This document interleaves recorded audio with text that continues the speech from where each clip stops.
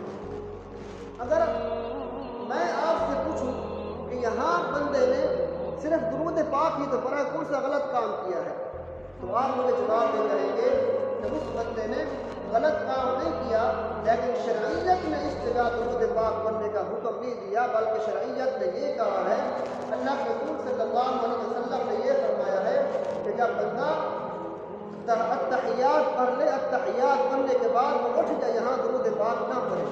یہاں میں نے آپ کو چند مثالیں دی ہیں، اس لیے مثالیں دی ہیں کہ دین کا کام وہ نہیں ہے جس کو میں اور آپ دین کا کام سمجھتے ہیں، جس کو میں اور آپ نیکی کا کام سمجھتے ہیں۔ نیکی کا کام وہ ہے جس کو اللہ کے رسول صلی اللہ علیہ وسلم نے کیا ہے، کرنے کا حکم دیا ہے، اور آگے صحابہ اکرام نے بھی اس کام کو کیا ہے۔ جو بدعتی انسان ہوتا ہے، جو بدعت کرتا ہے، اس کو کبھی بھی توبہ کی توفیق نہیں ہوتی۔ توبہ کی توفیق اس انسان کو ہوتی ہے جو گناہ کرتا ہے۔ مثلا دیکھیں، چور چوری کرتا ہے، چوری کو گناہ سمجھتا ہے، زانی زنا کرتا ہے، زنا کو گناہ سمجھتا ہے، شرابی شراب پیتا ہے، شراب کو گناہ سمجھتا ہے۔ اس کے علاوہ جھوٹ بندہ بولتا ہے، جھوٹ کو گناہ سمجھتا ہے، سود کا کاروبار جو بندہ کرتا ہے، سود کو گناہ سمجھتا ہے۔ جو بندہ چغلی کرتا ہے، چغلی کو بندہ گناہ سمجھتا ہے۔ جو بدعتی انسان ہوتا ہے وہ بدعت کو گناہ نہیں سمجھتا، اس کو نیکی کا کام سمجھتا ہے، اس لیے اس کو توبہ کی توفیق نہیں ہوتی۔ دین وہ ہے جس پر اللہ کے نبی صلی اللہ علیہ وسلم نے اپنی مہر لگائی ہے۔ دین وہ نہیں ہے جس کو میں دین بنا لوں، دین وہ نہیں ہے جس کو کہ عالم دین بنا لے، دین وہ نہیں ہے جس کو ایک چھوٹا یا بڑا بندہ اٹھ کے دین بنا لے۔ دین وہ نہیں ہوگا، دین وہ ہوگا جس کو اللہ کے رسول صلی اللہ علیہ وسلم نے جس کے اوپر مہر لگائی ہے، وہ دین ہوگا۔ اس کے علاوہ میں آپ کے سامنے چند احادیث مبارکہ رکھنا چاہتا ہوں، جس سے یہ بات پتہ چل جائے گی کہ دین وہ نہیں ہے جس کو میں اور آپ سمجھتے ہیں۔ دین وہ ہوگا جس کے اوپر اللہ کے نبی صلی اللہ علیہ وسلم نے اپنی مہر لگائی ہے۔ تین آدمی اللہ کے رسول صلی اللہ علیہ وسلم کی بیویوں کے پاس آتے ہیں، آ کے پوچھتے ہیں کہ اللہ کے رسول صلی اللہ علیہ وسلم گھر کے اندر رات کیسے گزارتے ہیں؟ دن کا تو ہمیں پتہ ہے کہ کس طرح عبادت کرتے ہیں، وہ ہمارے سامنے ہوتا ہے، لیکن رات کے معمولات کا ہمیں پتہ نہیں ہوتا کہ اللہ کے رسول صلی اللہ علیہ وسلم گھر کے اندر رات کس طرح گزارتے ہیں۔ اللہ کے نبی صلی اللہ علیہ وسلم کی بیویوں نے فرمایا کہ اللہ کے رسول صلی اللہ علیہ وسلم رات کو عبادت بھی کرتے ہیں، کچھ دیر آرام بھی کرتے ہیں، پھر عبادت بھی کرتے ہیں، روزے بھی رکھتے ہیں، کئی دن تک روزے رکھتے ہیں، اس کے بعد پھر وہ روزے نہیں رکھتے، چھوڑ دیتے ہیں روزے رکھنا۔ تین صحابہ نے فرمایا کہ اللہ کے رسول صلی اللہ علیہ وسلم کی اللہ تعالیٰ نے سارے گناہوں کو معاف فرما دیا ہے، چھوٹے بھی گناہ اللہ نے معاف کیے، بڑے گناہ بھی اللہ تعالیٰ نے ان کے معاف فرما دیے ہیں۔ اللہ کے رسول پھر اتنی عبادت کیوں کرتے ہیں؟ تینوں میں سے ایک نے قسم اٹھا لی کہ میں ساری زندگی رات کو میں نے سونا نہیں ہے، عبادت کرنی ہے رات کو میں۔ ایک نے دوسرے نے قسم اٹھا لی کہ میں نے ساری زندگی روزے نہیں رکھنے، میں ساری زندگی میں نے شادی نہیں کرنی، نہ میری بیوی ہوگی نہ میرے بچے ہوں گے، مجھے کسی کی فکر نہیں ہوگی، میں بس عبادت کرتا رہوں گا۔ تیسرے نے قسم اٹھا لی کہ میں نے ساری زندگی روزے رکھنے ہیں، کبھی میں نے افطار نہیں کرنا، بس میں نے روزہ ہی رکھنا ہے۔ اللہ کے رسول صلی اللہ علیہ وسلم گھر آئے، اللہ کے رسول کی بیویوں نے بتایا کہ تین صحابہ اس طرح آئے تھے، انہوں نے آپ کی زندگی کے بارے میں پوچھا، ہم نے بتایا، تو انہوں نے یہ قسمیں اٹھا لی ہیں۔ اللہ کے رسول صلی اللہ علیہ وسلم غصے ہوئے، اللہ کے رسول نے ان تین صحابوں کو بلایا، فرمایا کیا تم مجھ سے زیادہ متقی ہو؟ کیا تم مجھ سے زیادہ پرہیزگار ہو؟ کیا تمہارے دل کے اندر اللہ کا خوف زیادہ ہے یا میرے اندر اللہ کا خوف زیادہ ہے؟ آپ سے میں یہاں پوچھنا چاہتا ہوں، جو تین صحابہ اکرام نے جو قسمیں اٹھائی تھی وہ صحیح قسمیں اٹھائی تھی یا غلط کام پر قسمیں اٹھائی تھی؟ رات کو عبادت کرنا یہ گناہ کا کام نہیں ہے، ثواب کا کام ہے، روزے رکھنا ثواب کا کام ہے، گناہ کا کام نہیں ہے۔ لیکن اللہ کے رسول نے ان تین صحابہ کو فرمایا آپ اپنی قسموں کو توڑو اور ان کا کفارہ دو۔ دین وہ نہیں ہے جو بندہ اپنی طرف سے خود بنا لے، دین وہ ہوگا جس کے اوپر اللہ کے نبی صلی اللہ علیہ وسلم نے اپنی واقعہ دیکھیں، حدیث مبارکہ کے اندر ایک اللہ کے رسول کے صحابی ہیں سیدنا عبداللہ ابن عمر رضی اللہ تعالی عنہ۔ یہ سیدنا عمر رضی اللہ تعالی عنہ کے بیٹے ہیں۔ آخر عمر کے اندر ان کی آنکھوں کی بینائی چلی گئی تھی، آنکھوں سے معذور ہو گئے تھے۔ ان کے ایک شاگرد ہیں جن کا نام ہے مجاہد رحمۃ اللہ علیہ، یہ ان کی خدمت کرتے تھے، ان کو مسجد کے اندر لے جاتے تھے، مسجد سے بیٹھ کے لے آتے تھے، باقی ساری خدمت مجاہد کرتے تھے۔ جس وقت نماز کا وقت ہوا، نماز کے لیے سیدنا عبداللہ ابن عمر کو ان کے شاگرد لے گئے ایک مسجد کے اندر نماز پڑھنے کے لیے۔ مؤذن نے اذان دی، اذان دینے کے بعد اس نے لوگوں کو بلانا شروع کر دیا کہ آؤ مسجد کی طرف آؤ، الصلاۃ الصلاۃ، آؤ نماز کی طرف آؤ، آؤ نماز کی طرف آؤ۔ اچھا کام تھا، اچھا کام کر رہا تھا۔ پھر اللہ کے نبی صلی اللہ علیہ وسلم کے صحابی نے فرمایا، اس بندے کو بلایا کہ میرے پاس آؤ، آپ نے جو اذان دی ہے، اذان کس مقصد کے لیے دی ہے؟ اس نے کہا میں نے اذان اس لیے دیا ہے لوگوں کو مسجد کی طرف بلانے کے لیے۔ پھر اللہ کے رسول صلی اللہ علیہ وسلم کے صحابی نے پوچھا کہ آپ نے دوبارہ جو لوگوں کو بلانا شروع کر دیا، او نماز کی طرف آؤ، او نماز کی طرف آؤ، یہ کیوں بلایا ہے؟ اس نے فرمایا یہ بھی تو اچھا کام ہے، برا کام تو نہیں کیا۔ حضرت عبداللہ ابن عمر رضی اللہ تعالیٰ عنہ فرمانے لگے، اے میرے بھائی، جو تو نے کام کیا ہے نا، یہ غلط کام کیا ہے، میرے نبی صلی اللہ علیہ وسلم کی سنت نہیں ہے۔ میرے نبی صلی اللہ علیہ وسلم کی سنت یہ ہے کہ اذان ہو جائے، اس کے بعد لوگوں کو دوبارہ مسجد کی طرف نہیں بلانا۔ آج میں اور آپ دیکھیں، ہمارے اس علاقے کے اندر لوگ اذان کے بعد بھی سپیکر کھول کے لوگوں کو بلا رہے ہوتے ہیں، اور نماز کی طرف آؤ، اور نماز کی طرف آؤ۔ 2 منٹ رہ گئے ہیں، 3 منٹ رہ گئے ہیں، یہ میرے نبی کی سنت نہیں ہے۔ میرے نبی کی سنت یہ ہے کہ اذان خود ایک اعلان ہے۔ آپ اذان کا ترجمہ یاد تو کریں، حی علی الصلاۃ کا کیا مطلب ہے؟ اور نماز کی طرف آؤ۔ حی علی الفلاح کا کیا مطلب ہے؟ اور نماز کی طرف آؤ۔ اذان یہ خود ایک اعلان ہے، اس کے بعد دوبارہ مسجد کے لیے لوگوں کو بلانا یہ میرے نبی کی سنت نہیں ہے، بلکہ یہ بدعت ہے۔